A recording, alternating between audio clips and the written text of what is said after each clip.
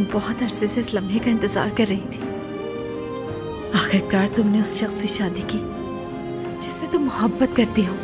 मेरे बुरे दिन अब गुजर गए हैं। अब जिंदगी में कोई गम नहीं मुझे। यहाँ आए तो छुट्टियों को पूरी तरह एंजॉय करते हैं।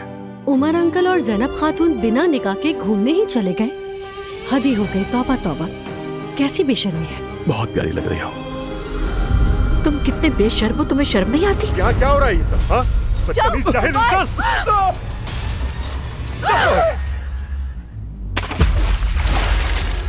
हर कोई अपनी मर्जी कर रहा है। कोई चोरी छुपे टीवी पे आके मजाक बन रहा है, कोई अपनी मर्जी से शादी कर रहा है और खानदान वालों से नहीं मिला रहा, और कोई।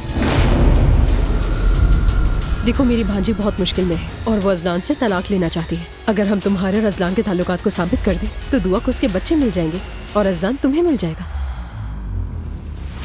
मैं इस गुनाह के बोझ के साथ नहीं जी सकता। अब जो होना है हो जाए। लग रही है क्या? लग जाएगी। रोशनी कम है और चेन भी बहुत बारीक है।